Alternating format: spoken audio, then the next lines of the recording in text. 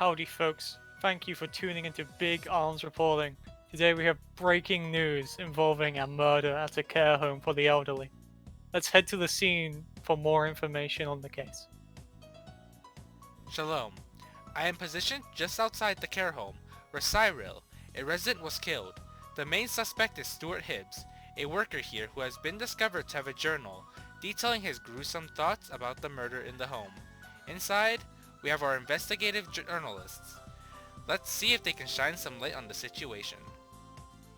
Salamat Pagi.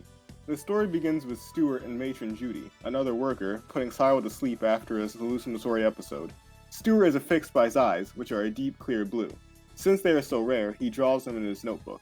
Stuart calmly has thoughts about murdering the entire home and imagines what the symbolism would be behind doing so.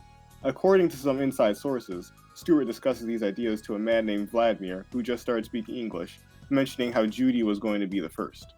Later that night, Cyril is mock arrested by Bill, a former cop, and Joan, another resident, goes to tell Judy and Stuart. One key thing to mention here is that Joan doesn't trust Cyril whatsoever, saying that he shouldn't be here. From my research, it seems that Cyril keeps having these recurring episodes involving a woman that isn't there. It's apparent that some woman in his past is coming back from his subconscious to haunt him. After combing through some psychoanalyses, Joan seems to be having flashes of some sort of abuse involving a man. Whether these flashbacks are real or not is left to be seen. Let's move on to my partner for the rest of the case.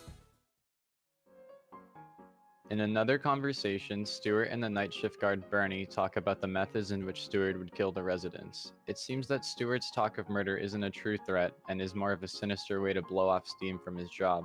However, I can only imagine the foreboding atmosphere that his ideas would give off to the people who don't have context to his actions. Their conversation is cut short by another one of Cyril's episodes. It's unclear exactly what happens next, but through my interviews, sometime later, all the caretakers were under investigation and quarantined in this very kitchen.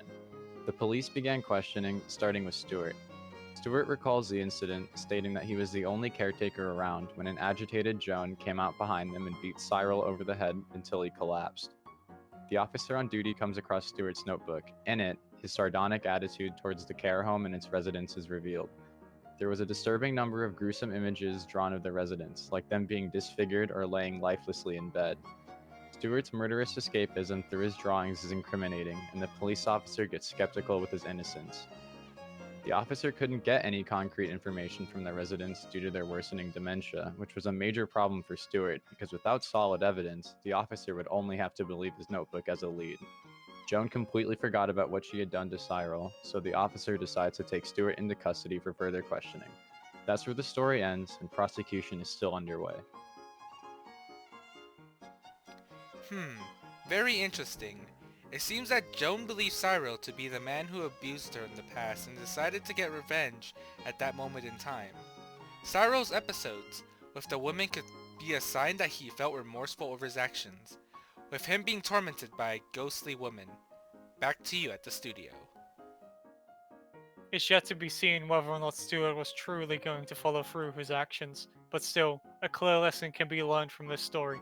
Be careful what you do, because your actions may come back to haunt you.